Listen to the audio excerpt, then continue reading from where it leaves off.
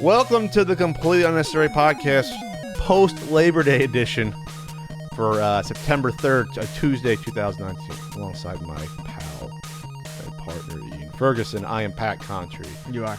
We'll be talking about lots of fun stuff like Disney Lion King combo retro gaming pack, Retrobit re-releases, Evercade Arcade Handheld, the Switch Covert dock, sounds like something else could be, the really mind-boggling NBA 2K MyTeam gambling trailer, and a Patreon poll topic. Real quick, we got a t-shirt, Ian. We do. And more than a t-shirt, sticker, hoodie. You got 3 weeks left. Go to teespring.com/my-man-cu podcast. Unfortunately, it's not all one word, but it's my-man.cu podcast, and you can order this nice shirt there. There's 3 weeks left on it. It's Pat as Cyborg Man, and Ian as the man from Atlantis, Aquaman. That's right. There, with his flowing locks. Your hair is about 4 feet long in that. Oh yeah, picture. It's massive. You should go for that nice orange hair there. Well, you got a reddish tint in your hair. You have auburn hair. Is it auburn? It's at least sandy blonde. It's something. At least there. The Super Nintendo book, Ian. It's getting printed right now. It's getting cobbled together with hammers and chisels. Oh, good. They're chopping down trees, and they're hoping that it's going to ship to the mainland later this month, and then it'll arrive at the warehouse hopefully later in October. That's the key there. It'll arrive at the warehouse and they start shipping out. You can go to ultimatesnes.com right now to pre-order the physical one or order the digital one, which I still have to send you the digital one. I keep forgetting. Not that you would read it. But anyway. And then we're going to be at Portland Retro Gaming Expo, Ian. We're going to be there. We will. The event's the 18th through 20th of October. The 18th is more like the arcade warm-up day. Right. And the festivities really begin the 19th and 20th. Go to retrogamingexpo.com. It's a fantastic event. Pinball machines, as far as the eye can see. Arcade games. I think they're saying something like 200 this year. Arcade games? Pinball machines. 200 pinball machines. I told you, they said they're expanding it by like 30,000 square feet. That's an expansion. Yes. Because that's like you're approaching pinball. You know, the pinball museum in Vegas has you're beating it at that point. I think there's like 135 to 155 at the Vegas museum. Wow. And you beat that, and that place is incredible. At that point, you have like every major pinball machine that ever came out. Yeah. Plus some of those weird knockoff-looking Rambo ones in the mid-'80s. What was that company? Premier. Gottlieb. It was Gottlieb. It was Gottlieb? Under the Premier banner. Under a cheaper banner doing those. Yeah.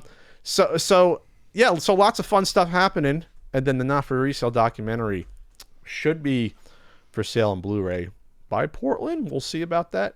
That'll be fun there.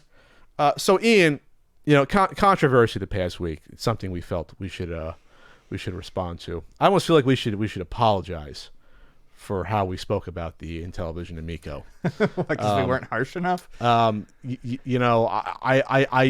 am blinded, and I now see that we should not be critical at all of anything of a new console coming out based upon a IP that hasn't been popular since 1981. But you got the price wrong.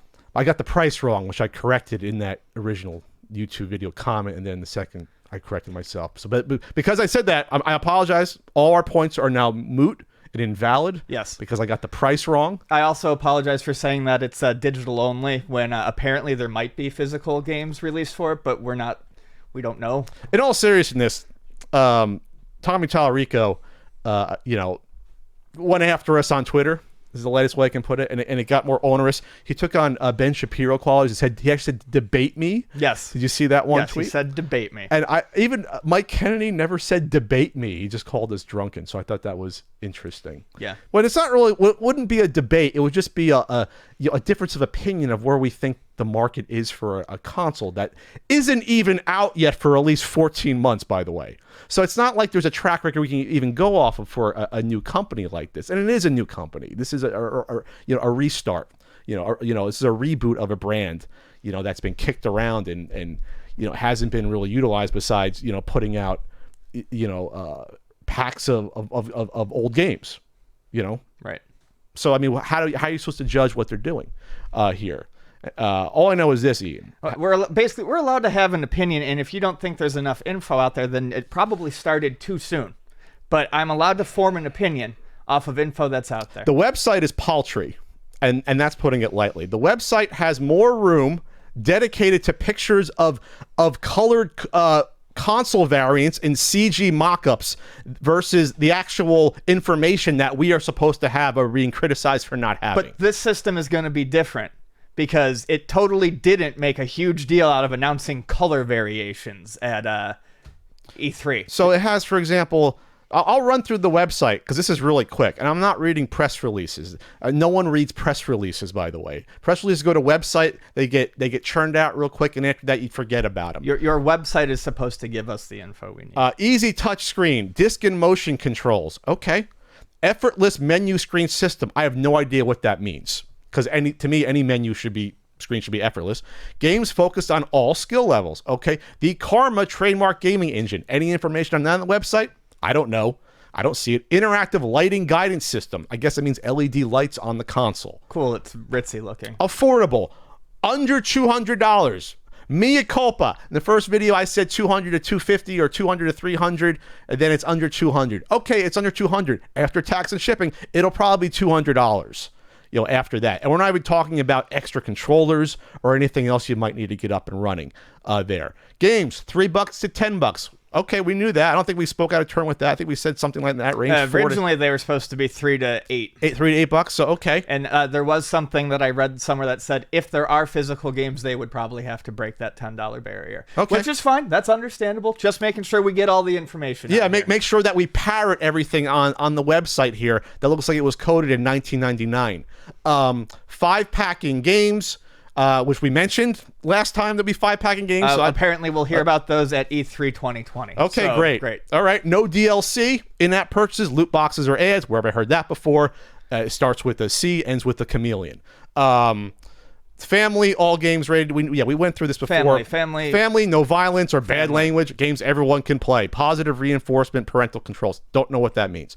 So that sounds like never mind. Diverse and unique game library. Curated, quality controlled games. Again, that sounds familiar.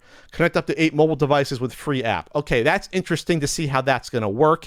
And I'm guessing that means for extra puzzle games or party games where they become extra controllers. That's actually the only interesting thing I've read so far on this website. And there are lots of games that already do that on like the PlayStation 4, like the Jackbox party games. And Brental Floss's Use Your Words game does that. It interfaces with the TV and different controllers. So it's not new tech. It's cool to see it used. It's actually kind of hard to get that going. Top-notch developers. Okay, the biggest licensed intellectual properties. Earthworm Jim is not the biggest licensed intellectual property. Neither is Shark. But I just think that's funny to see. Blah, blah, blah. And as you can see, these are all just words here with no examples of anything. There's no video of any of this in operation. Again, we are at least 14 months out from the release of a console, yet we are the ones that are getting attacked. And we're getting attacked in the strangest of places, Ian. Yeah. So Tommy and his army of ad hominem loving yes men on the Atari Age and television board, it was humorous because they immediately went to attacking our looks because they don't have any information they can use to back up why this is going to be a massive success either. So sorry for being critical of your product, but that doesn't mean I was coming after you personally. You can't take criticism. It's hilarious how little you can take criticism, which is why you're hiding in your Atari Age board surrounded by people who are just effortlessly nodding their head up and down and saying, yes, Tommy, this will be great. And they like that, Tommy's doing a lot of these interviews with one of the individuals he did an interview with went after us, David Giltitan? David Giltitan, that's a tough name to pronounce. I thought it was Gillibrand. Whatever. He used to be the editor of Retro Magazine for Mike Kennedy. And when the Coleco Chameleon kerfuffle was happening, David took it upon himself to parrot whatever Mike Kennedy said and attacked people like me and you as being conspiracy theorists about the console, even after the New York toy show happened. Yep. When it was clear at that point that it wasn't just a bad idea, it was at that point a scam.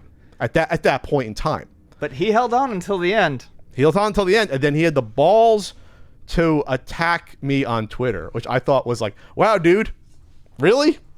Okay. Yep, and then you brought up him throwing us under the bus for something that we were right on, and he said, I don't have time for this. That's in the past. That's in the past. I don't have time for this. That's in the past. Can't talk about that now. Zero credibility to interview anyone in the video game sphere forever at that point. To me, you should be out of the industry at that point. I'm not going to mix words about it. Falling in line with falling in line behind a console that you haven't seen anything of without any questions is not something that you easily write off. It makes you a hack. So this is my point. If what you are celebrating is Tommy communicating on the internet in podcasts or videos with people of that caliber who have no journalistic integrity or even common sense to even conduct a critical interview, then you have nothing at this point that I want to hear about. I mean, absolutely nothing. Words are meaningless when it comes to products that are 14 months in advance. This isn't like he brought up, well, what if Doug Bowser wanted to talk to them? Would they turn down Doug Bowser? No, because Nintendo's a company that's been around for over 100 years, putting out products consistently with an extremely great track record. Yeah. That's a little bit different than but that makes us fanboys. It's different from a new startup for a console that's still in prototypical form, if you want to say that we have little information on that we can go off of. It's a little bit different. And it's surprising that in the matter of 1 or 2 years, when people loved our commentary on Atari Age, I'm not saying all Atari Age people, because even Albert, who runs Atari Age, was disgusted by us being attacked physically, and he weighed in saying you can't do that anymore. Physically? People make fun of our physical looks. Oh, yeah, that, sure. They said I weighed 50 pounds dripping wet, which I've never been accused of being skinny in my life, which I think is hysterical, by the way. But I just think it's funny that they have Tommy on the thread here, and we'll link the thread, and all of a sudden it's like, oh, yes, oh, amigo. Anyways, it's a weird group of cheerleaders. It's weird. It's really weird, and it's getting harder and harder for me to be impartial now in terms of me wanting this to be a success or fail the more I get attacked by Tommy Tallarico. That's all I'm going to say. Because we had the gall to not immediately say this is going to be the best thing ever. And apparently we know nothing about pre-NES consoles, or as I do, even though, No, the Atari 5200 definitely isn't one of my favorite consoles. It's not like we had a show called The Video Game Years that started in 1977, and we talked about all the old games that Tommy himself was on this show, and none of it makes sense. It's whatever narrative you want to construct about us being haters for something where Ian publicly said, and I said, we don't want to fail. This is why we don't think it's a good idea. And because we're not cheerleading something that... I've also vocally on this podcast criticized Sony, Microsoft, Nintendo, and just about every other major player in the console game. So the hide your head in the sand and say we're fanboys excuse doesn't cut it. So one person said, by the way, there was no, in this thread, unlike the Chameleon and the Retro VGS, there was no links to our commentary, which I thought was cute. I wonder if it wasn't allowed, or they said, no, we can't have anything negative at all here. But the one person that did say... They think we didn't say anything unreasonable about the Amico last episode. Tommy just came off a podcast where he convinced a doubter, and several of you praised him for the interview. And then everyone started going in about why we were wrong. And Tommy had a nail in about what he's trying to do here. He said, let the hardcores hate and not understand all they want. It doesn't affect our mission or goal at all. And again, once they actually play it and see their non-gaming friends having fun together, they'll all of a sudden start to understand what we felt growing up and what has been missing for over a decade in the gaming industry. I have a lot of non-gaming friends that have had fun with the Switch. A lot of family-friendly games on that, too. But hey, pointing that out makes me a fanboy. You're a fanboy now, Ian. Well, you're an anti-fanboy. You're an anti-Intellivision hater. You don't know anything about the Intellivision or anything before the NES. Don't know anything. I never played Mousetrap with my cousins or played Pole Position on the 7800. I don't know what I'm talking about. I never played arcade games that came out before the NES. I didn't do any of that. We're gatekeeping, Ian. We're anti-gatekeeping. We're gatekeeping So it's fun. I'll link it here. Tommy was talking about how we're not being fair at all to him. The point. This is the point. That is the point people are trying to make, and why they are attacking Pat the Punk and the long-haired dude. My name's Ian, Tommy. It's not hard to look up. Tommy, you might have met Ian, I think. Did you meet before? No, I don't think I met him, but still, it's not hard to find my name. But hey, I understand how this goes. Okay, I think Tommy's made it personal officially. Can you say that? Well, he took it personal from the minute go, or the word go, because we had doubts. They keep giving bad info. They are unwilling to have a normal adult and mature conversation about it. This is a guy who said debate me on Twitter, wants to have a mature conversation. Instead, they'll keep giving bad info based on the wrong data they have because they are too lazy to do 10 minutes of research. I just went to the website, Tommy. There's nothing there that still convinced me that this is a good idea. I'm sorry. There's nothing there. And I don't need insider info. Like, if we need insider info to suddenly think this is a good idea, then it should probably be on the website. Easier to just turn the cameras on, hate it, and then get into a Twitter war to get more views. Tommy, this isn't me being arrogant. More people know who I am on YouTube than you are.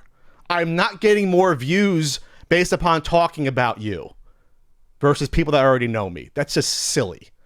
They should be ashamed of themselves for the way they've handled this. Shame. Oh my God.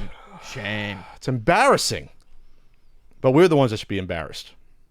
Because we're not just, we're not drinking the Kool-Aid that everyone else is, apparently, when it comes down to this. Okay. All right. Anyways, that's probably good. So I'm going to say this. I might have to downgrade Atari Age from sandwiches to just like a couple appetizers you'll have to share. I still love you, Atari Age, but this is don't throw the whole Atari Age. No, I'm not. Bus. But it's disappointing that they're not really allowing any sort of negativity at all. Oh, okay. The last post.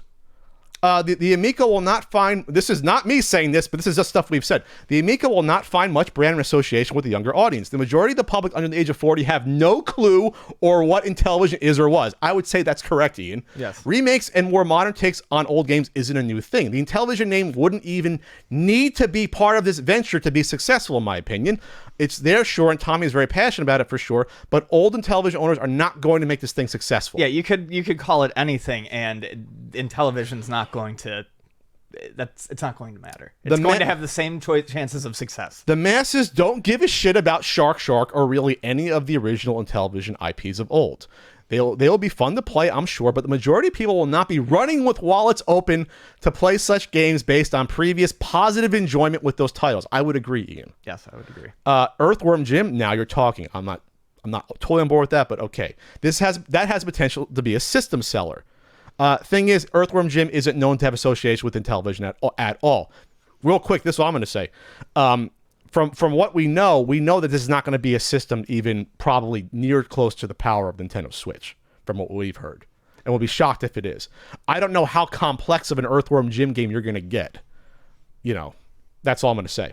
Again, Intellivision means nothing special, means nothing in that regard. Amico is better off standing on its own, as most people won't have a clue, and there'll be a fair number who might remember Intellivision in a negative manner for whatever reason. He's absolutely right. Mm-hmm. Not everyone remembers Intellivision remembers it to be good. We always remember that that's such a weird system that the Atari beat up, and that no one remembers anymore. The main one was often called a horrible controller. I'm liking a lot of what I've seen in the videos of the Amico. I remember Intellivision from back in the day, but I'm also one of the people who hate the original controller. I look at the new controller and I'm worried about it based solely on my previous use of the original Intellivision controller. Well, I would like to insert something here. For a system that's supposed to appeal to non-gamers and family, it's keeping a lot of strange things that would definitely only appeal to people who had it when they were growing up. This whole thing has a very split. It's for this, but then why is everything appealing to this older collector? There's no reason for it to look like an Intellivision controller. The disc pad was awful to use. It's not precise. It's like floaty a little bit, and the side action buttons really limit your enjoyment of playing a game or like a platformer. Try playing Super Mario Brothers, a game like that with side buttons like that. And if we don't have all the insider info we need about the controller, you probably should have thought about how people are going to look at that controller and go, That doesn't look like a very good controller to use. What is the only, off the top of my head, the only reason why you'd want to repeat an Intellivision controller is so that you could have a new experience of the old way you played Intellivision games, which would be the overlays, right? Look down at the overlays for games, and you press the buttons that are associated with it, right? Am I wrong? Which I thought was the coolest thing about it when it was announced. Okay, but that's only going to be for your Intellivision remakes for the most part, right? Well, I'm sure there's going to be more They'll think of more games where it's really intuitive while you're playing to look down at your controller to press buttons. It's horrible to do that to begin with, and if that's the type of game experience you want, I don't think many people like that. I just don't in this day and age. The overlays thing is kitschy. It's cool. The Intellivision used it, and then the ColecoVision used it. Atari 5200. 5200. That's right. How a system that I don't love that I definitely know nothing about. But anyways. You don't love the 5200. I was joking. Remember, we don't like anything pre-Nintendo? No, we don't. I don't love the ColecoVision myself. Anyway, so you can't bank on 40-year-old games being remade to sell a console that's going to cost you $200, especially by the time this comes out next year. You're going to have, the Switch Lite's $200, right? You have the PS5 is going to be out next year. You're going to have maybe the next Xbox console out next Christmas as well. And then that means the Xbox One's going to be lowered in price. The PS4 is going to be lowered in price. This is what the Amico's competing with when it comes out. But we're fanboys for saying that. At $200. Fanboys. $200 to play mobile quality games. We're fanboys for pointing this out.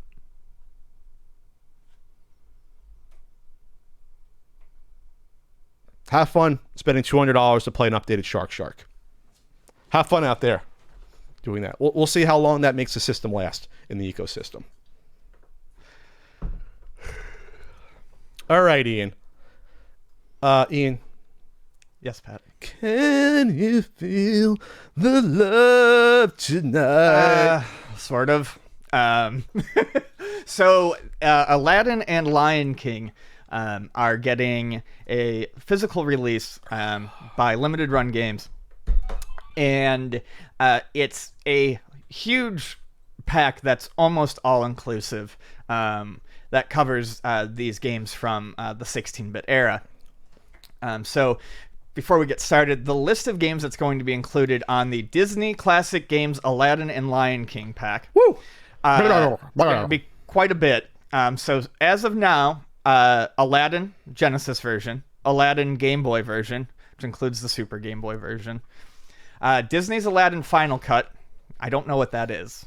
They don't apparently either. That's the ultra-violent Aladdin version? Disney's Aladdin Trade Show demo. That's pretty cool. The Lion King Genesis version, Lion King Super Nintendo version, and Lion King Game Boy version. So okay. That's a big lineup. The one thing missing that everyone immediately points out is the Super Nintendo version of Aladdin is not included.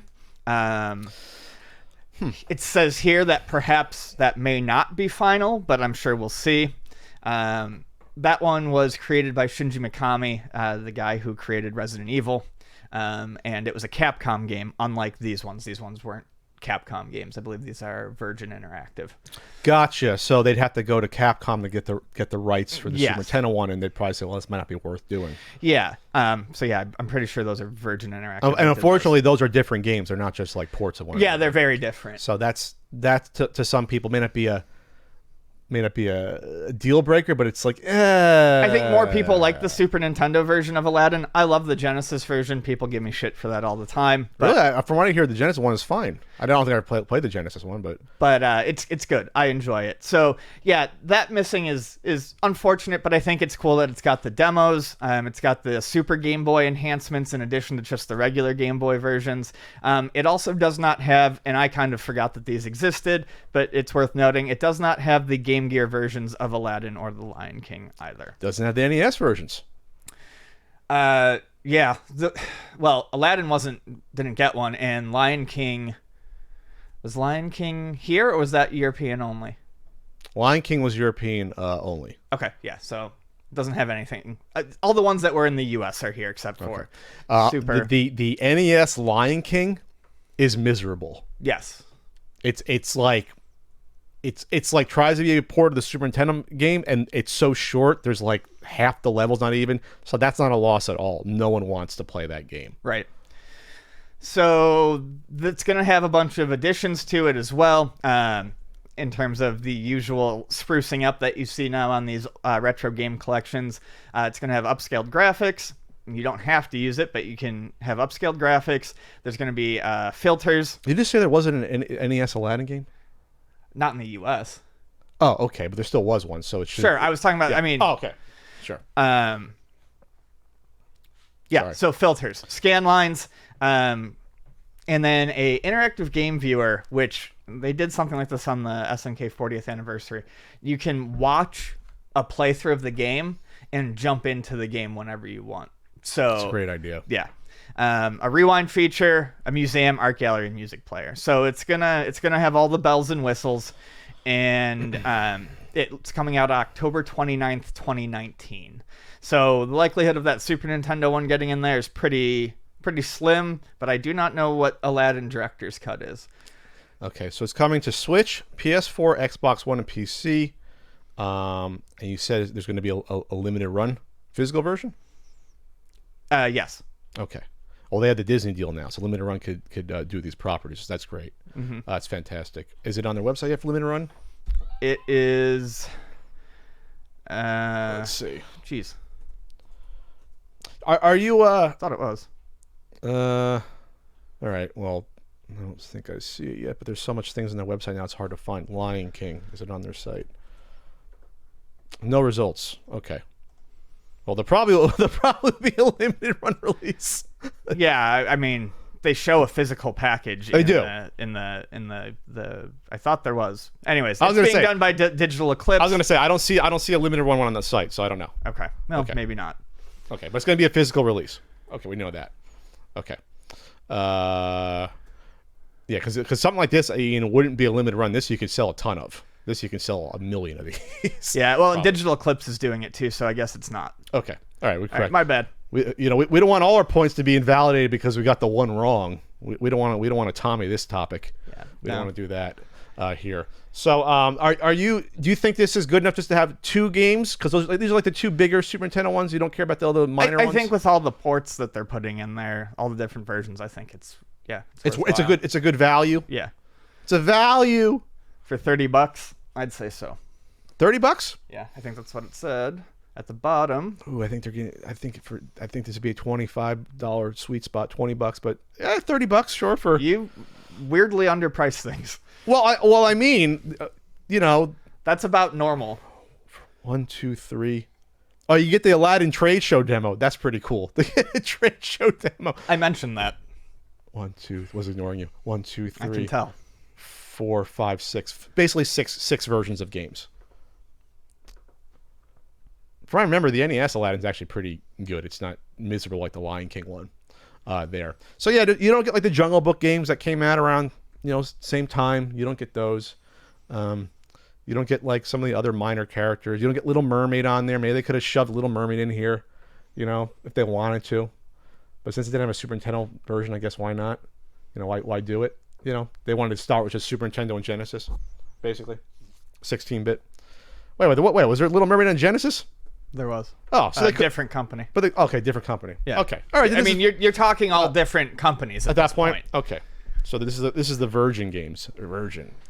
Okay, gotcha. All right. Well, yeah, this would be a cool thing to pick up if you're into those games. Sure. All right, Ian. Speaking of re-releases of games that aren't called Shark, we have Retrobit announced some new titles. Indeed. Getting remade or new old games. And we knew Metal Storm was announced previously, but they were at Gamescom and they showed off the Metal Storm Collector's Edition. They showed off with a cute little statue of the Metal Storm mech, which I don't know the name of the mech there. Metal Storm mech? I don't know. But then they announced something that was interesting. They announced something that to me isn't that interesting. They announced a Hammer and Harry, which was a PAL-only NES game that's hard to find. And there's a gold cart they showed.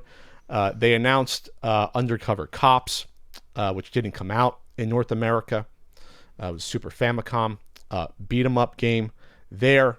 But then the big one that they announced was Mega Man Wily Wars. That was originally on Genesis. And they also announced Truxton, Hellfire, Fire Shark, and Zero Wing re-releases for the Genesis.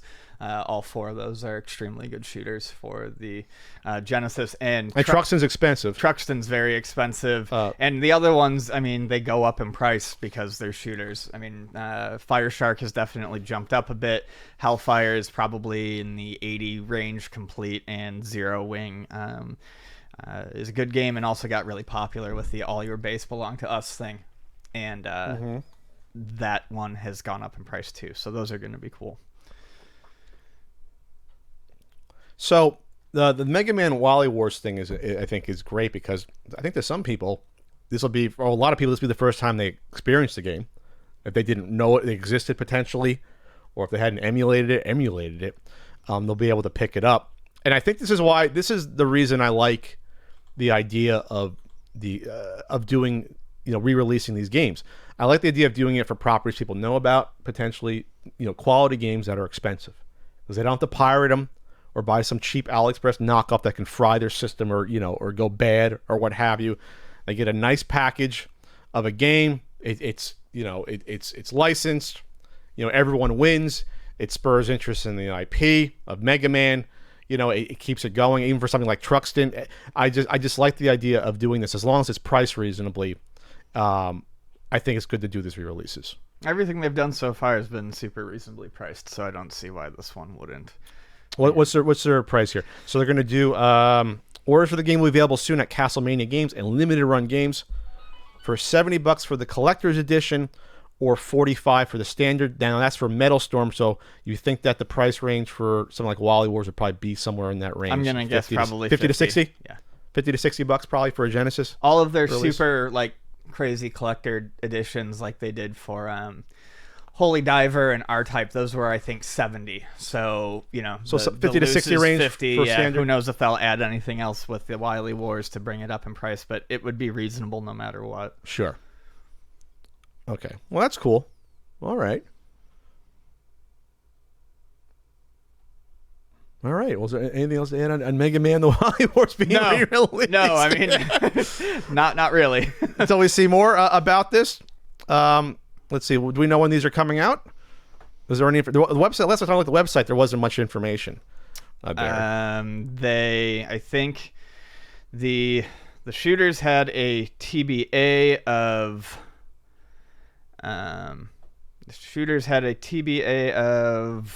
late 2019 to early 2020, and I have a feeling that Metal Storm has got to be just around the corner. Because they announced that like 7 months ago. At this point, 8 months ago. I think even a little bit longer. So, going to Limited Run Games, looking at the standard limited edition, it's not showing it. So I would imagine it's very soon, though. Well, it's just going to be sold through Limited Run. I don't think it's going to be a Limited Run release. They're just going to sell it on the website. You're saying it's not there yet on the website? Yeah, I'm not seeing it there yet. Okay.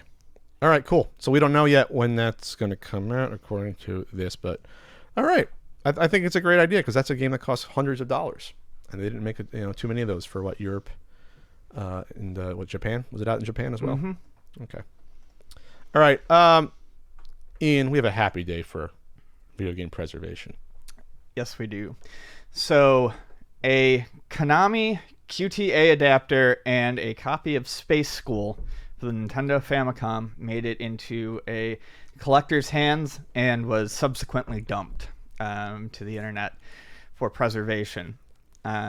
This is a very rare item. It wasn't sold to the public. The QTA adapter was used in conjunction with NHK in Japan to basically provide educational games to schools. And because they weren't ever circulated to the public, I'm assuming that a lot of these were kind of leased or loaned. That would be my guess. So there's almost none in circulation. So I believe his name is the Russian geek managed to I like that name. find a copy of the game and contemplated picking it up, but didn't have the adapter. And without the adapter, there's no way if the cartridge would work, and that stuff's very expensive. Sure.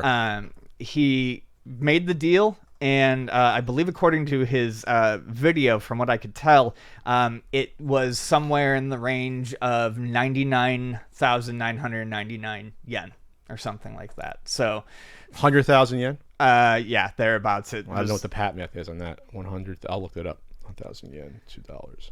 So he was able to get it, and Like $950. okay, and then had it dumped. So the game that was dumped was Space School, and I think there might be multiple in that series, but Space School is a educational math game with a futuristic setting. It's very video gamey looking. Your students on like a space station, and the graphics are awesome on it. It looks great, and the soundtrack track is fantastic too. So these are exciting discoveries. The adapter itself actually adds expansion RAM. Wow, okay. Yeah, it adds expansion RAM. So unlike, say, the Aladdin deck enhancer, Which does jack shit. which existed only to put another gate between a game and a system, this isn't just so that the games can't run without it. It actually adds more RAM to it. 2 microchips for 8 kilobytes of the RAM. By the way, expansion. the Russian Geek video, it's in Russian, but there are English captions you can click on. We'll link that here. So here, real quick, it's a hardware extension to the Famicom. Let me get all providing extra technical capabilities. Consists of RAM for upgraded graphics, and then come on, video ROM with the graphics of the fonts for the symbols, software ROM with the system libraries, and 2 microchips, 8 kilobyte for the RAM extension. So that's all in the adapter itself. Gotcha. Main RAM and PPU RAM. And then there's a Konami VRC5 chip in there as well. Did you say what that does? VRC. The VRC5, I believe, is it's. I think that's a mapper. I don't know, but it's Does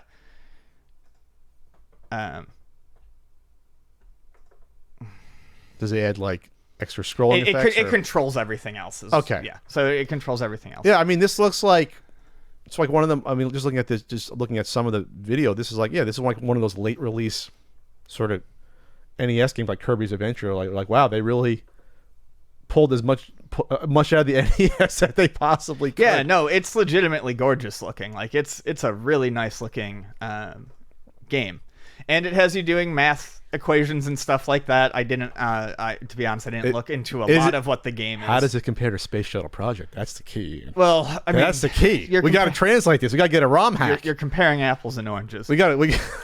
We got to do Space School, Space Shuttle Project. I'm learning to go to space, Ian. All right, a lot of the math takes place on a blue screen. It's not super interesting, but the students are very cute looking. Oh yeah, I saw that before on the video. So very in-depth video by the Russian Geek here. So it's impressive. I'll just say this: I love how he's playing.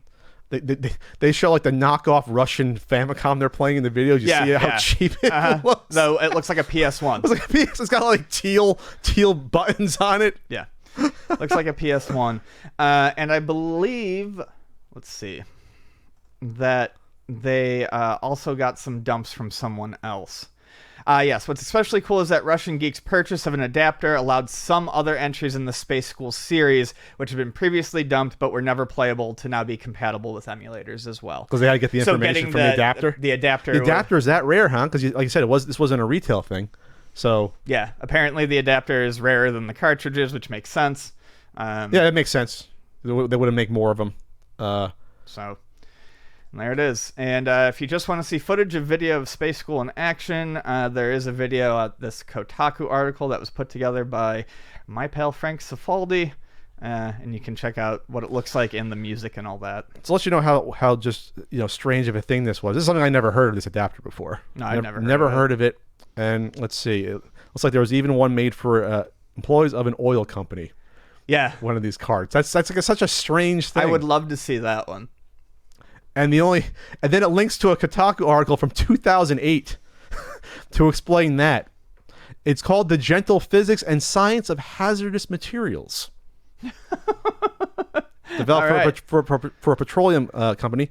Bidding started at $10.50 on Yahoo Auctions, and it closed for $4,213 in 2008.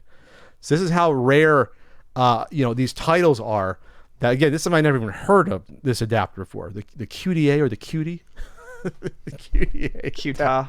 Now I want to see this oil game now. Yeah, I really want to see this. I want to see the petroleum game. Mm-hmm.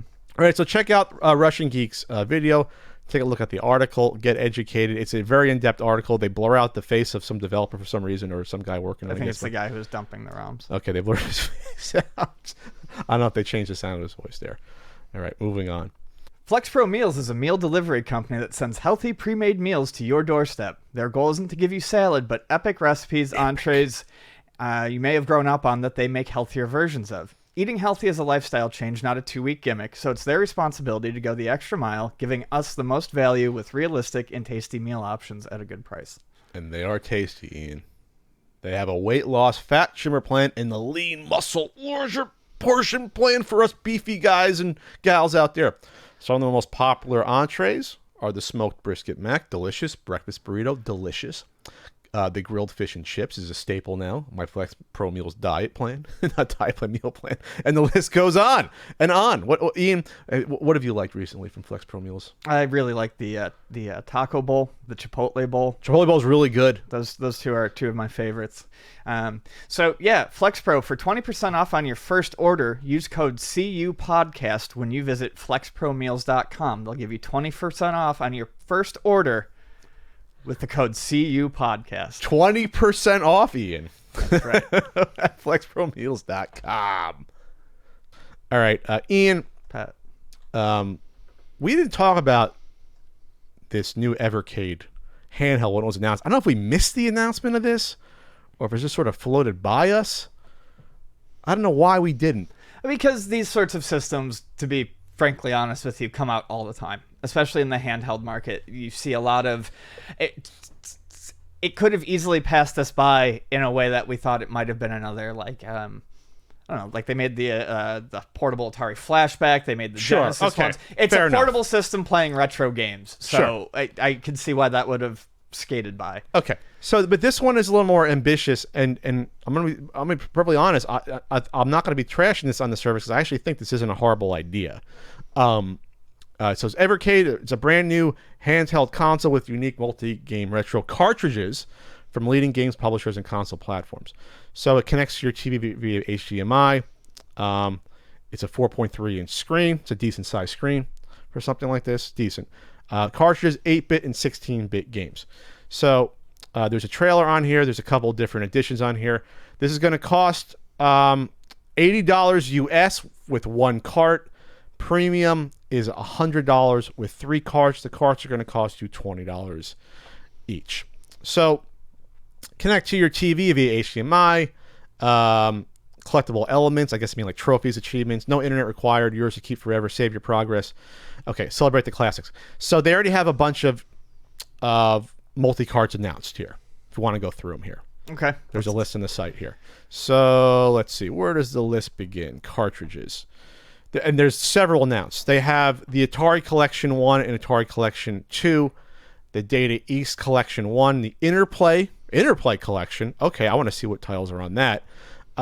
Interplay Collection 2, the Mega Cats Studios Collection, Namco Museum 1 for Ian, Namco Museum 2 for Ian, and the Pico Interactive Collection, which is probably a bunch of stuff that they bought, stuff that they re-released before, like Iron Commando, Jim Power, the Immortal. Because there's no system in this day and age that does not have something Pico Interactive on it. Hey, he grinds Eli from Pico. He's a grinder. He rises. He's grinds. Okay, so looking at the Interplay one, I'm just interested in the Interplay ones. You get like Claymates, Earthworm Jim, C2 or Clay Fighter 2.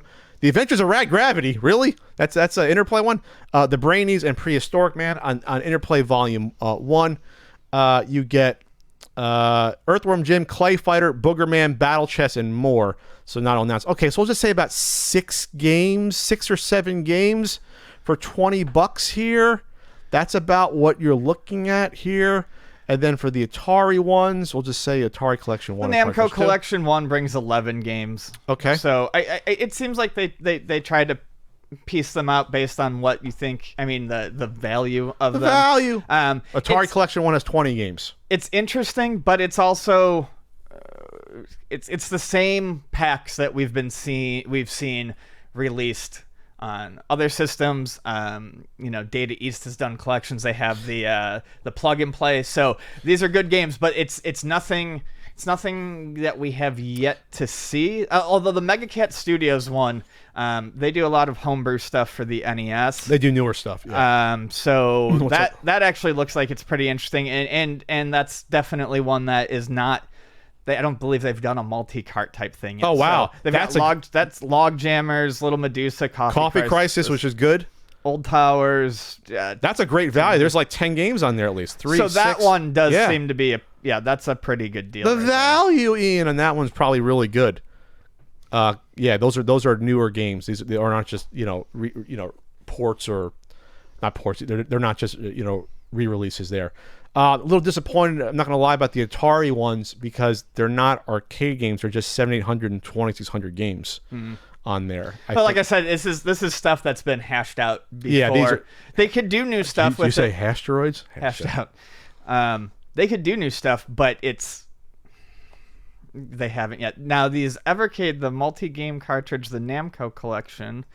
What does the Namco one got here? So, it's Galaxian, Pac-Man, Xevious, Mappy, Dig Dug, Star Luster? Oh, Star Luster, yes.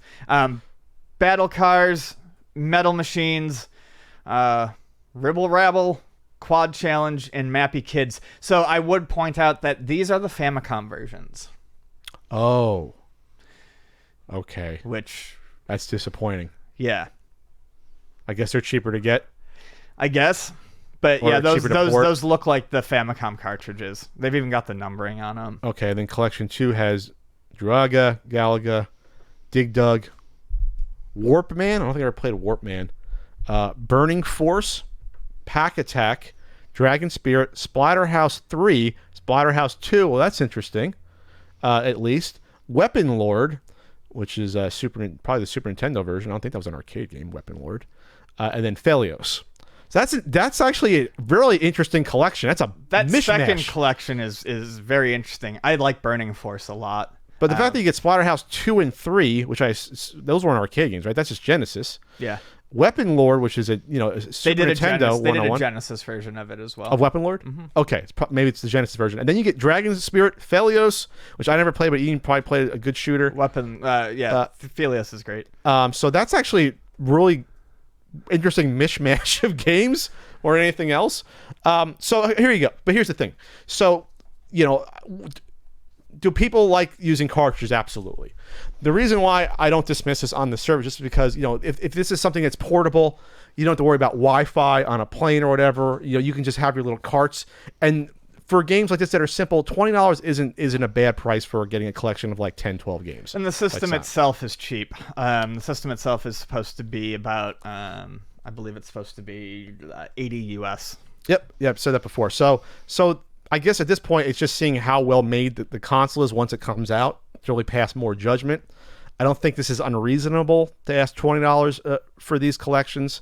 You may not like them, but I don't think they're going too over the top here. So that brings the collection of games total that's available in the system to it's 115 games between the 9 carts they announced so far here. So okay, that's all I have to say about it right now. I don't think it's a terrible idea. The price is reasonable. People love portables. Yeah, portables to me, physical media with portable is different than a console, just because again, you're traveling around with it. If you want to, there's something about putting a portable cartridge in. I get it, and these are simple games. I'm just disappointed that there's not going to be arcade ports of some of these games. That I think they should get those on there. Yeah, I'm interested in seeing it. I just I don't know. I have a feeling, much like we didn't see this initially when it came out, I have a feeling that this has a significant chance to get lost in the shuffle. Because of that? Well, just because of, I mean, it's just another handheld that's out there. By the way, did you look through the Pico Interactive Pack? It's a pretty interesting mishmash of games, too. Oh, yeah, I went through them real quick. You're not listening to me? I went through them. Same again, though, real quick. So Brave Battle, Water Margin, Dork and Imp, Switchblade, Way of the Exploding Fist, Nightshade. Okay, I didn't go through them. Yeah, I was going to say, I don't think you did, because I would have remembered that. Nightshade's on there? Nightshade's on there, but guess what else is on there? Will Harvey's The Immortal is also on there. No, I did say that before. I said The Immortal, I said Dragon View, I said Iron Commando. I did say that before. Then you missed. I missed out on some. Nightshade. That's a weird mix too. Well, these are Way of the Exploding Fist, which that was like a pirate NES game, I believe. That's gonna be on there. Pico's buying anything they can get their hands on. None of these games make sense together as a collection. They're all entirely different. Eli wakes up and says, "Rise and grind, baby. Time to get that bread." 8 Eyes we love 8 Eyes. We do like 8 Eyes. Oh, the Immortal's not the NES one, it looks like. That looks like a PC version or something. Probably Genesis. Genesis one? I never played it. Dragon View. Power Punch 2. Okay, that's why I didn't go through the whole Power Pigs of the Dark Age. Rare Super Nintendo game. All right. Iron Commando, which didn't come out here. The Humans. These are some like uncommon Super Nintendo games. Okay. All right. And then Magic Girl, no description, and Top Racer. So okay. You get 20 Pico games of goodness in collection one. All right, I think I want to try out that Pico collection. Not gonna lie, there. Definition of an appetizer platter, right there. Appetizer. That's a buffet. You want the mozzarella sticks? No onion rings. No chicken fingers. I was gonna maybe say French fries. That's a Bellagio buffet right there. It's breakfast, lunch, or dinner. Okay. All right, moving on here. Okay, Ian. So yes, a Kickstarter for a Switch device. Ian, real quick, did we ever get our vertical Switch dock? No. I have to look into that. How much money are you out of? $20 there? 25. You never contacted the I Kickstarter? did, and but I couldn't get anything when I tried to get. I couldn't access like the Kickstarter order. You couldn't access it. You couldn't log in. Yeah, I don't know. That was through Fangamer, right? Yeah. I'll figure it out. Anyway, but this is another one that we hopefully... It's probably on me, but the money was taken. The money was taken, no product. But this is one where I want them to take my money. There's 10 days left. We record this. It's Genki Covert dock for the Nintendo Switch. A tactical stealth dock hidden inside a portable GAN charger. Not sure what that stands for. We're setting the dock free so that any television is your playground. Yeah, so this is neat. I don't know what that means about any television. I thought any television would be. I guess because it's easier to travel with. Yes. So it's a small device that will plug into the wall. You can run the cord from your... you can run a USB-C to USB from your Switch into the device and then run the HDMI cable out of the device and onto the TV. And that way it creates a very... small, easy-to-use dock that you can take on road trips, conventions. It's much easier, and you don't have to worry about screwing up your actual dock. I mean, technically, it's not even a dock because you're not docking the system. You're just transferring cables to this device to pass through the video to a TV. It's brilliant. Well, and it's a charger too. It does everything. It's gorgeous. And from what I saw in the video, you can do this with any device that use as a pass through for anything. Oh, yeah. Nice. So this isn't just for the Nintendo Switch. You can do this with anything. I guess that has an HDMI output or that that'd be. I guess it'd have to be compatible with this, especially with the USB-C because the USB-C that's for charging. Not many things use the USB-C, but it looks like you can use this as a pass through for HDMI. Great. So that's cool. Their campaign is cute. There's some little cute graphics here talking about how it's a stealth charger and Solid Snake would use it. Shows Kirby eating the giant dock. Kirby eating the giant dock. And it turns into the Covert dock. So you just simply plug the Switch into the Covert dock, then plug an HDMI cable to the TV. It's basically the same way the Switch dock works. It's just a base here. So yeah, it looks cool. And this is going to cost. Let's see, how much is this going to cost, Ian? It's going to cost. Early bird is gone. That was probably gone in like an hour. So this is going to cost you $59, no longer available. That's even gone. So it's going to cost you, what's the most popular one? Batch 2, $59. Oh, okay. It's going to cost you. That's really reasonable. Because Nintendo Switch docks, I think, are... More than that. I think they're like What is it? 80 to 100. Nope, right here. Nintendo Switch AC adapter and dock, $89.99. And then Apple various adapters if you wanted to do a similar thing, $137. So this is awesome. No, this is worth paying. And this also, not just the solution of if you're traveling. What if you just have a second TV in your house that you don't want to lug your big, if you want to go upstairs to your bedroom, you don't want to deal with it. It's very reasonable for if the technology works, and it looks like it does. Yeah, this is fantastic. I'm surprised Nintendo wouldn't have thought of something like this themselves. Maybe the fact that it's they figured out, well, it's not proprietary. It's not like hidden inside a big vault of plastic. They don't want people screwing around with it, right? And reverse engineering. But obviously they reverse engineered the dock to make this. Mm-hmm. You know what I mean? Or did something to get this going. So they've raised $1.4 million. Holy shit! With 21,050 backers at this point, and it keeps going up while we talk about this. And the goal was for 50,000.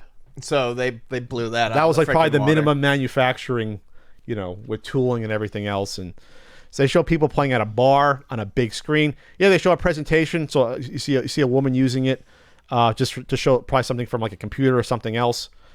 Show people on the couch. And so here's the thing. The only thing that what? So you look at that thing work, and you look at the presentation. How Genki will dominate pockets around the world, and it shows like a banana. It shows a banana. It shows a banana. I missed that. So the only thing that this doesn't have, does it come with a stand? No, but that's the point. Okay. It's that it's small. You don't need the stand. You just plug it in and lay it down and play it that way. Okay, but if you needed to access the system for whatever reason, I guess they sell little stands you could probably buy. And they do buy tons. Yeah, they do. Nintendo makes official ones that are metal. Metal stands? Mm-hmm. Okay. Finally got one at the Nintendo store. Buy a little mini art easel. You can put it on. Yeah, Hori makes a good one that I use, and then Nintendo makes their own. So it has, again, foldable prongs, USB-C charging. It has the 3.1 accessory port there to connect, and then the HDMI display for the output to whatever your TV there. So yeah, it gets the job done. I'm going to be picking one up. Can we order two and then hopefully get them? We can go in halvesies. Is there two? It doesn't look like there is. Are you going to order one, Ian? I think I probably will get one, yes. All right, get our Switch grips. Get our Switch grips, Ian. It's 2 years later. Send us the Switch grips. Damn like it. I said, I don't blame them. Did you not fill out the survey? I did, but I don't know what happened there. So this is a great idea. This is entrepreneurship at its finest right here. Yes. I love this. And the names are great too. Covert Dock Global Ops. Get the Covert Dock with global adapters. And this is set to ship out. Well, the first batch was December. And so now I guess they didn't realize how many people would be getting this. So if you get it now, your second batch is going to go out in January. So they probably realize, logistically, we got way too many people want this thing. I wondered if this would be the start of other products. They got the capital now. They can do it. If this comes out and it's a success. And it's a professional marketing video too. So there you go. Good on these guys. If this comes out, good for them doing this. And they're based out of LA. And it's a Kickstarter project we love here. So again, the Genki Covert dock for Nintendo Switch. Mixing various third-party solutions is like navigating a minefield. All right, Ian. Yes. We're big hoops fans. Mm-hmm. Preseason should be starting like a couple weeks already for NBA. Oh, good. Because the season starts in October. Right? Is it like late September the preseason starts? I'm on board. I haven't had any reason to live, so basketball coming back will be amazing. You just went on vacation for 2 weeks. You had tons of pizza. You've had lots of reasons to live, Ian. So, NBA 2K20 is coming out, Ian. Right? And 2K is the biggest popular basketball series. I guess it's coming out because a lot of the stuff we've seen so far is very light on basketball and very heavy on not gambling. Non-gambling, Ian. So,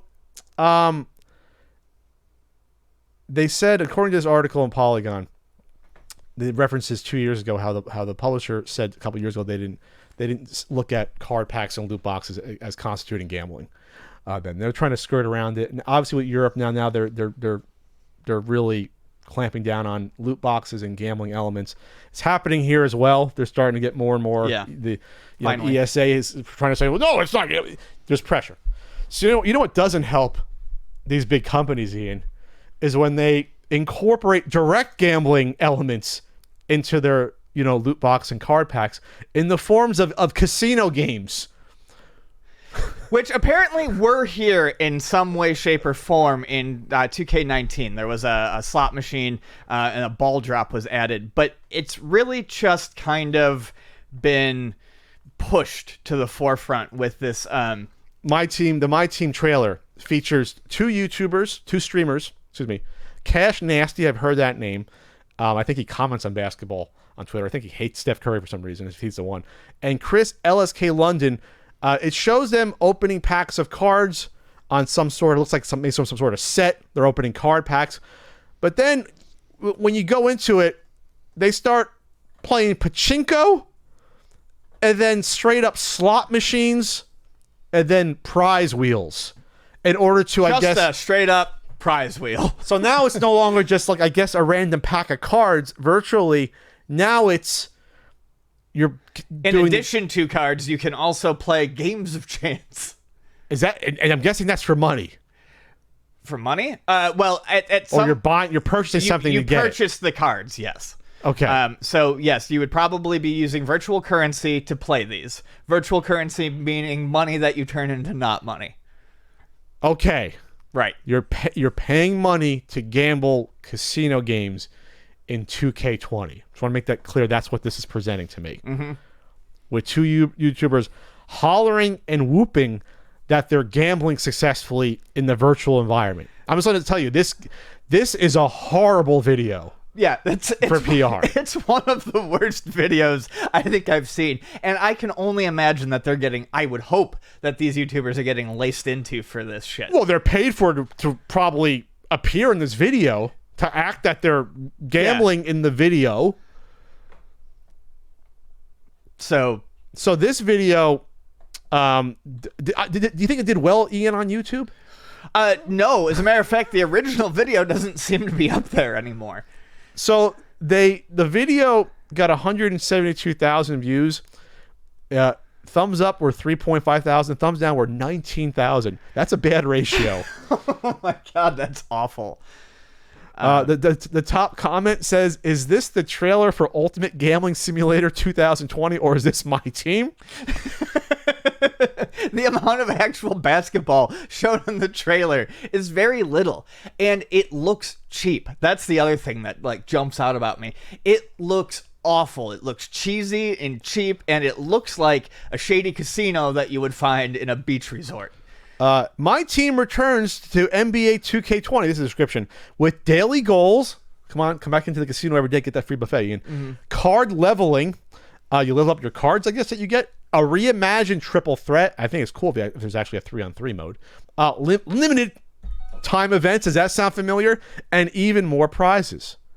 Enjoy a simplified user experience that both veterans and rookies will appreciate. You mean like gambling rookies? What are they talking about here? Press triangle to add more money. What?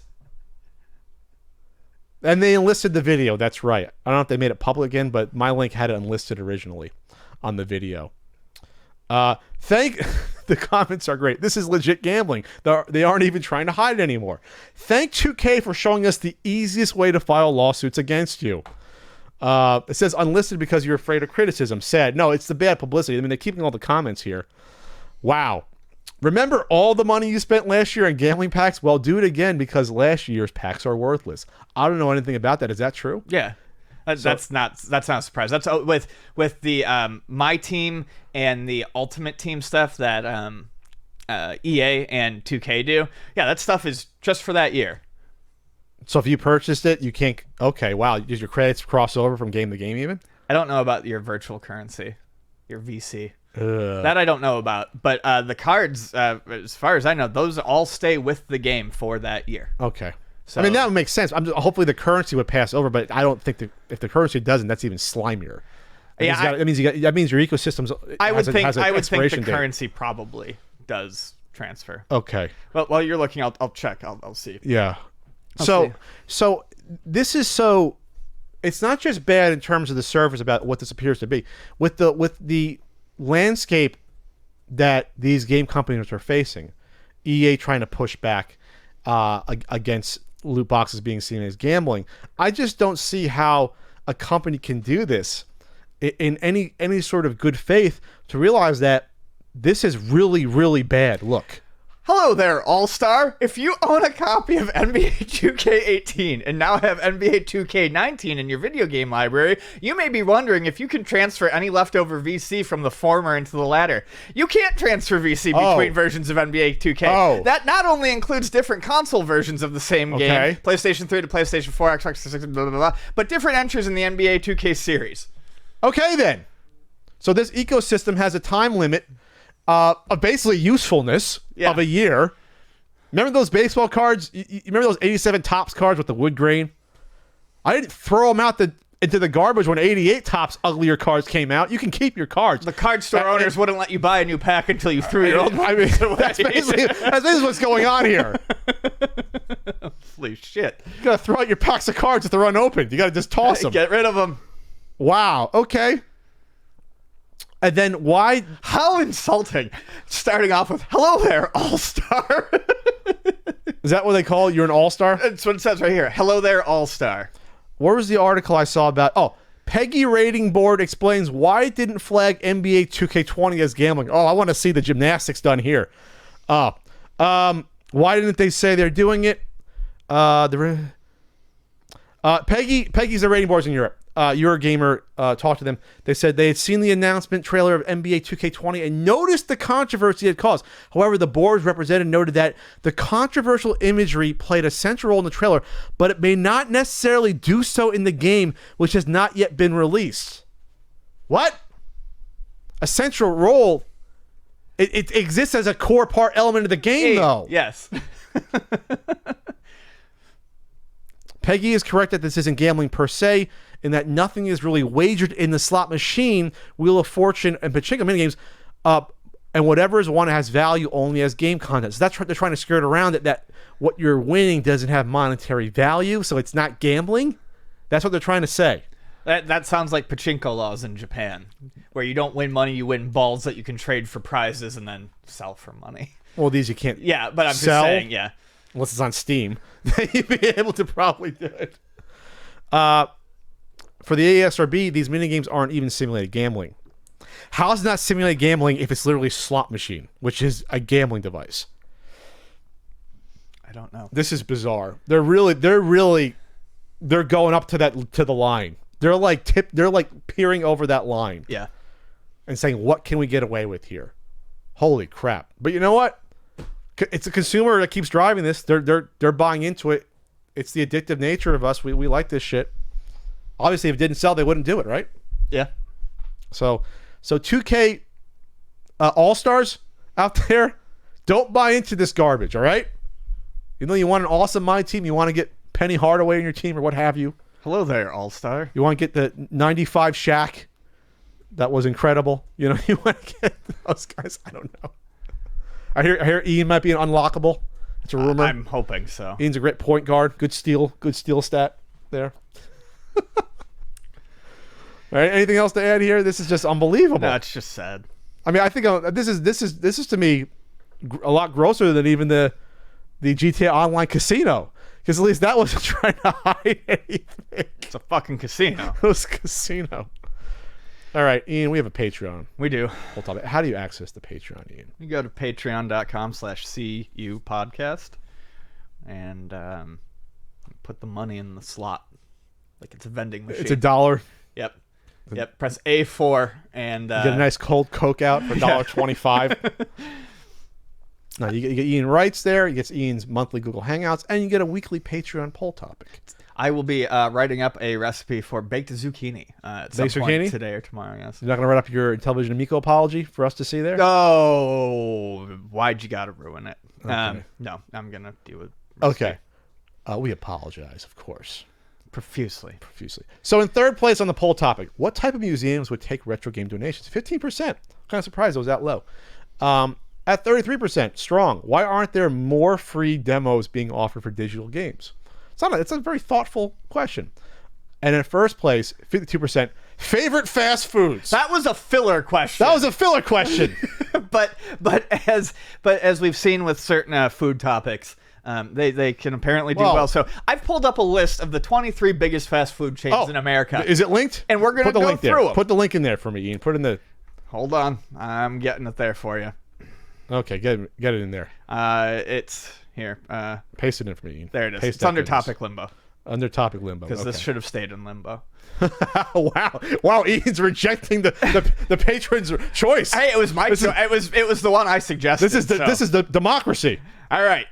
Subway is the first one, and Subway can eat my whole asshole. So that's number one. That's how I feel. It's 23 biggest fast food chains. Okay. Yeah. Subway I eat at once a year. And it's almost always out of desperation. It's never a first choice for a sandwich. Subway has a smell. Every location, every Subway smells the same, and that smell carries with me. Like I can't do it. Subway is disgusting. There's a million and one better sandwich options. Sure. You go to Jersey Mike's. Hell, you go to Quiznos.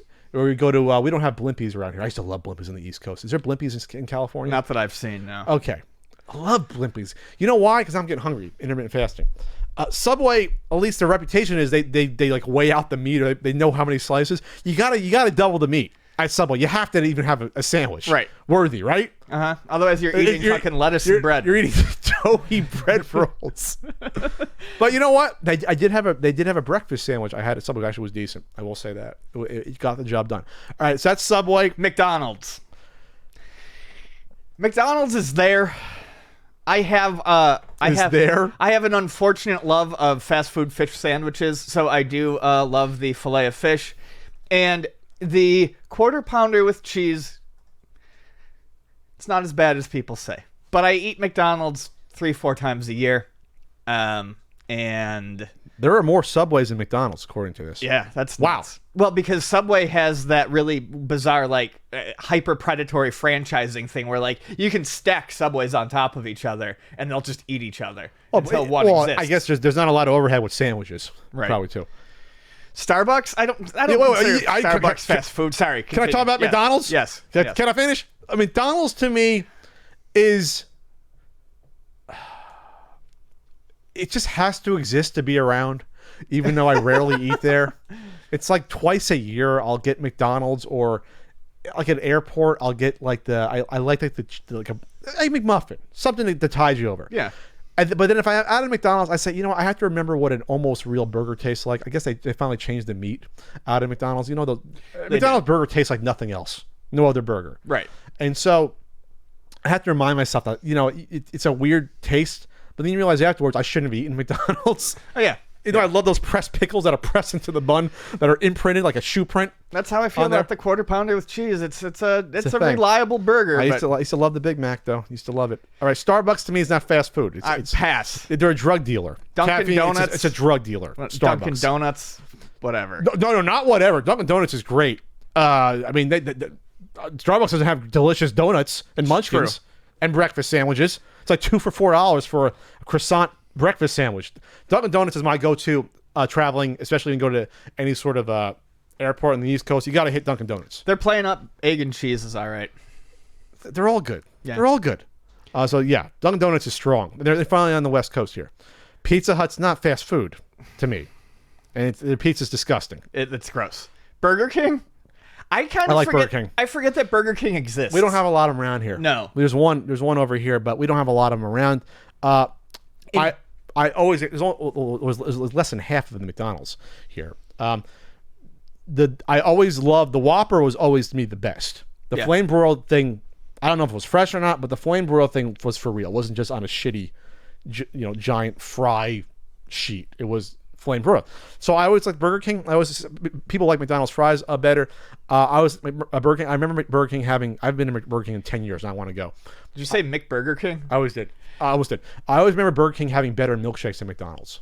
That's true. I always remember that. Mm-hmm.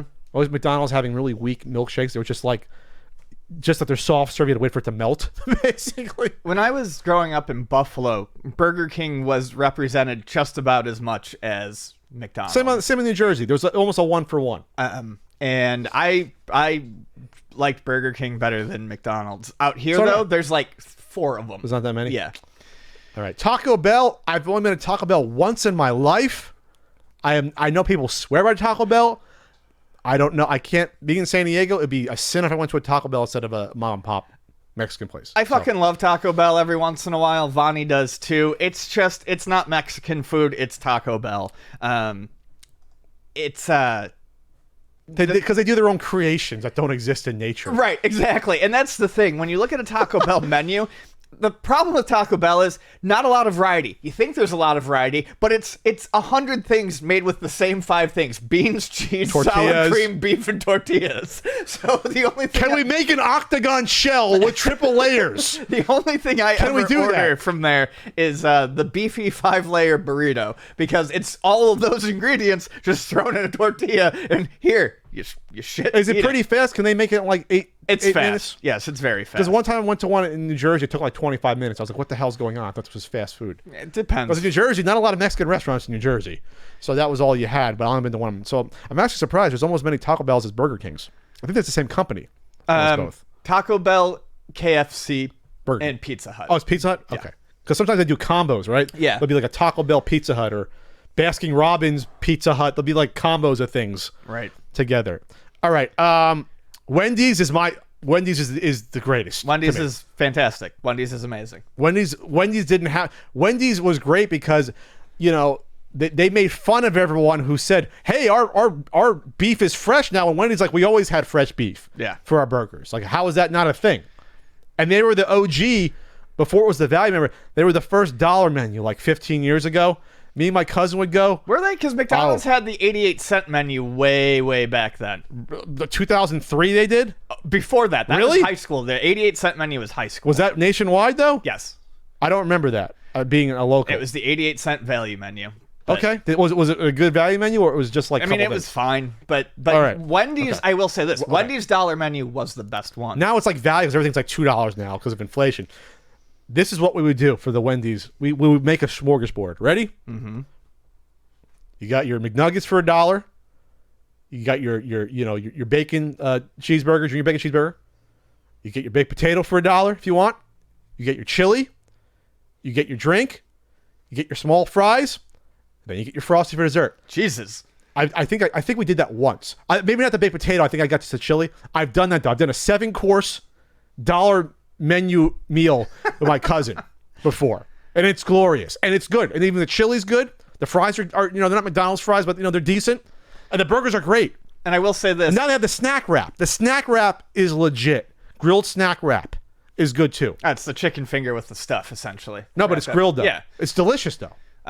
It's a nice piece of meat, chicken. I love Wendy's, and the thing I'll always give them credit for is having a goddamn baked potato on the menu. Yeah, because I freaking love a baked potato. And the salad. They're the first ones really have like the salads there that were worth a damn.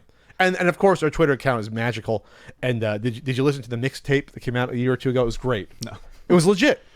It was great. So Wendy's will always be my favorite. I wish there was one locally. We said we have a shitty Jack in the Box local here. Hopefully that's not on the list here. What's next year?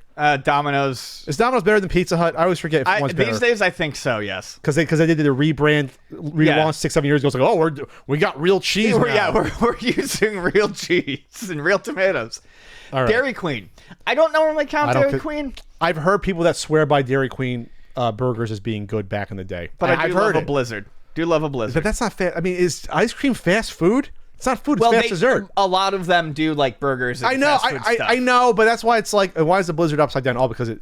Let's put it this way. That's to show how thick they are. I'd have a 6-pack if Blizzards didn't exist. If I can tell you the amount of Blizzards I've eaten in my life, they're so good. So good. And of course, it's like the Friendly's Frenzies, the same thing, and then it's the soft serve with a pound of candy in it. Mm-hmm. Peanut butter cup, Reese's Pieces. All right. All right, I love so, Dairy Queen. So the next one is pizza, but I'm going to say something about it. It's Little Caesars. Little Caesars is $5 and you get what you pay for that $5. It's fine. It's bad. It's fine. It's bad. And the owner of Little Caesars paid Rosa Parks' rent until the day she died. That's admirable. I will say this. And the food is it's $5. You can't expect it to be good, but it fills your stomach. Admirable has nothing to do with the food quality.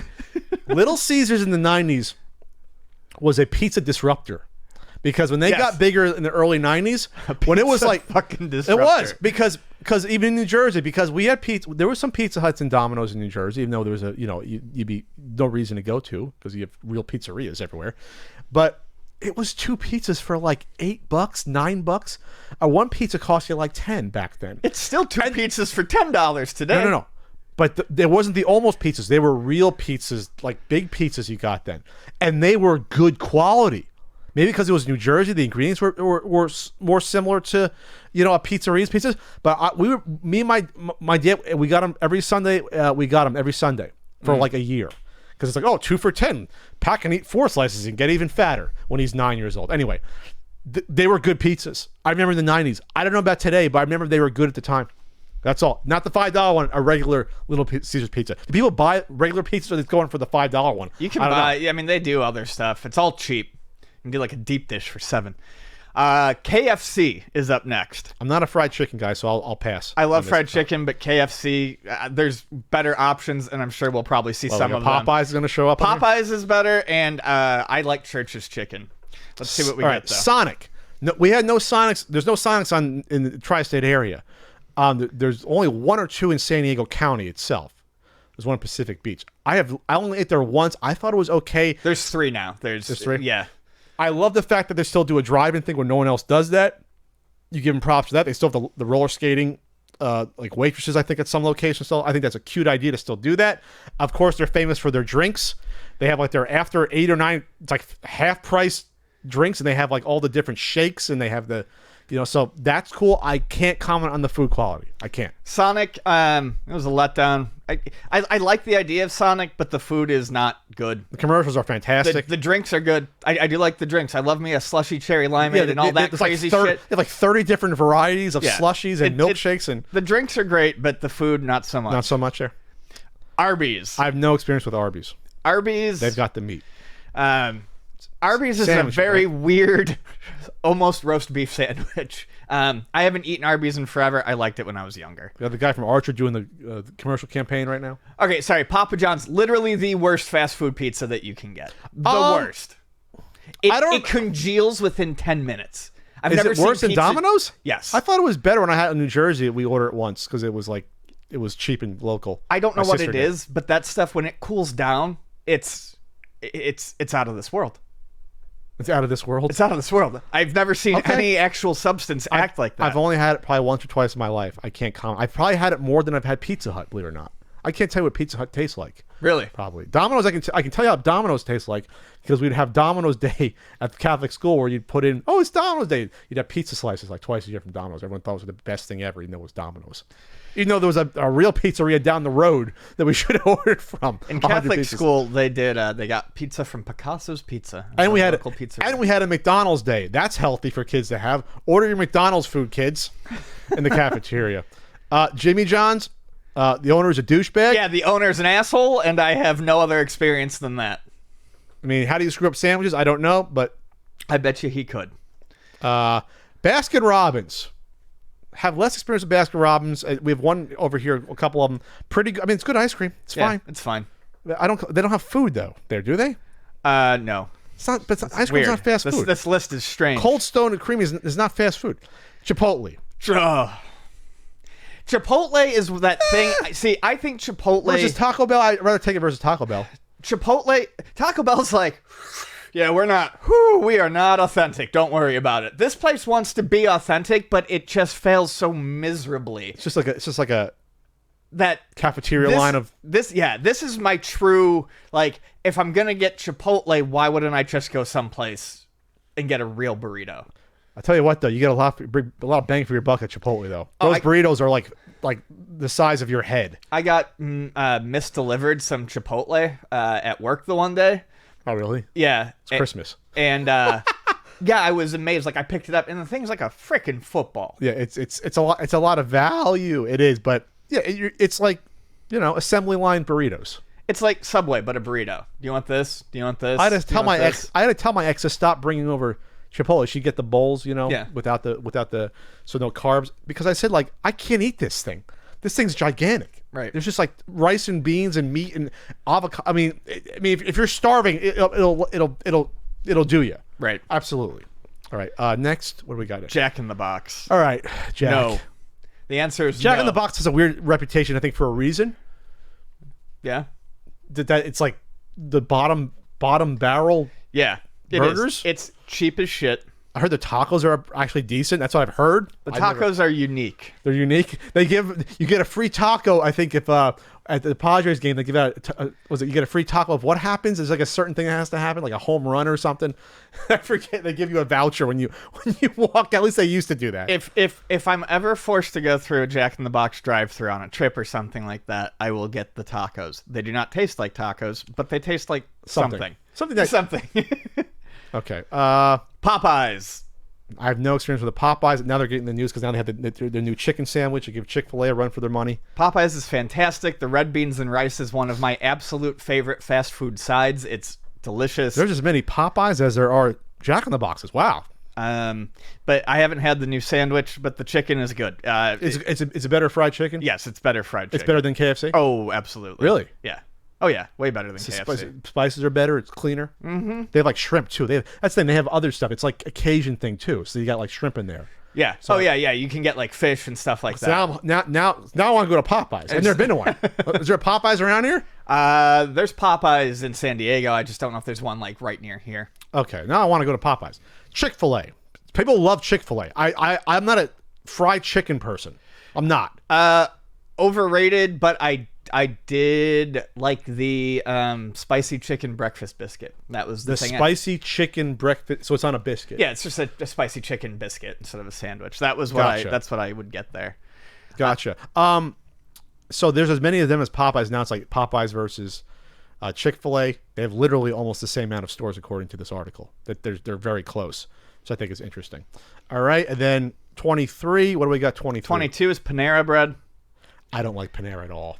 I don't like Panera at all because it's like a hipster sandwich place, if that makes sense. And they charge you $5 for half a sandwich and like an apple. It's stupidly expensive. It's obscenely expensive. But like it's like the upper middle class hangout food place, but it's not even like healthy food. They're trying to be healthy. It's not. Again, it's one of those places where like if you're gonna get a sandwich, just go to a deli and get a nice sandwich. Go to a Subway instead of going to Panera. I don't know about that. I hate Subway. I hate Panera. I just can't explain to you how it's all marketing. It's just regular sandwiches and soups and a fucking apple with maybe a potato and that's $30, sir. I mean, like, what? What happened? No, I hate Panera. I just hate it. Maybe they have fresh bread. That's good. No, Panera. No. All right. I don't like Panera. And last but not least, Panda Express. All right. Panda Express is interesting. Panda Express to me is the definition of does what it says on the tin, gets the job done. It's not exciting. I don't like it. I don't hate it. I'll eat it. It's assembly line like Chipotle, but I would argue if I was going to go there, I can just go to a Chinese buffet because it's the same quality food. Sure. It's all sourced from the same place. Yeah. Your General Tso's chicken that you get at Panda Express, is it made fresh in the bag? No. So that's the only thing. I think it's a little pricey. It's one of those things I think in a pinch, if you want Chinese food and you don't want to order from a place and wait, and get it delivered like an authentic place, you go to Panda Express and get it. It's not bad food, but it's Chinese buffet food. Yeah. So there you have there. Anything missing from the list? Checkers is too regional. I like Checkers and Rallies, though. I think those are pretty good. Roy Rogers is the same as what? That's really a Hardee's? No, Hardee's and Carl's are the same. Which is also, I think they bought Roy Rogers. That's not on the list, but that's kind of regional as well, I believe. Yeah. I used to love Roy Rogers. Remember Roy Rogers? I think there's like 2 left that exist. I never went to one. You know why, Ian? They're the Fixins bar. You ever been to Harvey's in Canada? No. I was just You curious. cut off my Roy Rogers story. So this is plus they had a salad bar. It was the only fast food place Roy Rogers that had a salad bar. So my grandma would take me. And my grandma was kind of a penny pincher. She didn't get me those GI Joe figures at the flea market. I also think about that every day. Destro and Baroness. Anyway, so she would sneak me salad bar from hers to me. But if you love pickles, you basically make your own pickle tower at Roy Rogers. You can just stack up the pickles with your. And Roy Rogers food was like McDonald's quality. It was in that neighborhood. Like a game of Pogs. You know what wasn't also on this as well, which I haven't heard anything about. No Boston Market. It used to be Boston Chicken. I don't know if that's a good chain or not. My friend's mother loved it. It's like your Thanksgiving fast food. Yeah, I've had it before. It was weird. It tastes like chicken. It just tasted like chicken. I mean, it's a fast food place where you can get a side of creamed spinach. So I mean, it's there's nothing you can compare it to. Get a vat of mac and cheese and a tub of mashed potatoes thrown in. Yeah, and a whole roasted chicken. I mean, we love roasted chicken. Yeah, roasted chicken's good. All right, cool. Well, that was entertaining. That was that. I was trying to remember if we there was no Five Guys on here and stuff like that. Good. I hate Five Guys. No In-N-Out, but those are more regional. Those aren't national chains.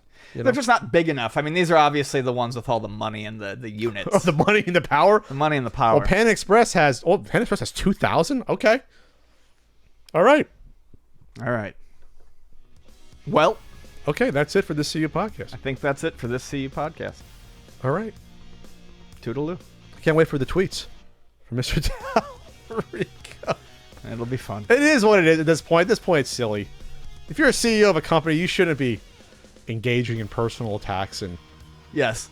podcasters. That just doesn't end well, usually. Just doesn't. Surrounding yourself with yes men. In In a small corner of not necessarily yes men. I don't know who he works with, but surrounding yourself with people that are just dyed in the people who wool. are just going to say yes to no matter what. That's true. Anyways. So, all right. Go to teespring.com/my-man-cu podcast for a certain My Man shirt. And we'll be at the Portland Retro Gaming Expo on October 18th to 20th. And I'm going to be returning to Retro Game Con in Syracuse, New York. Took a year off last year, and that's November 2nd and 3rd. Go to retrogamecon.com. And I'll have a certain Super Nintendo guidebook at these events for sure, unless something catastrophic happens. It's almost real wood. All right, that's Ian Ferguson. I'm Pat Contry. We'll see you in a week. Maybe Pat will have a tan then.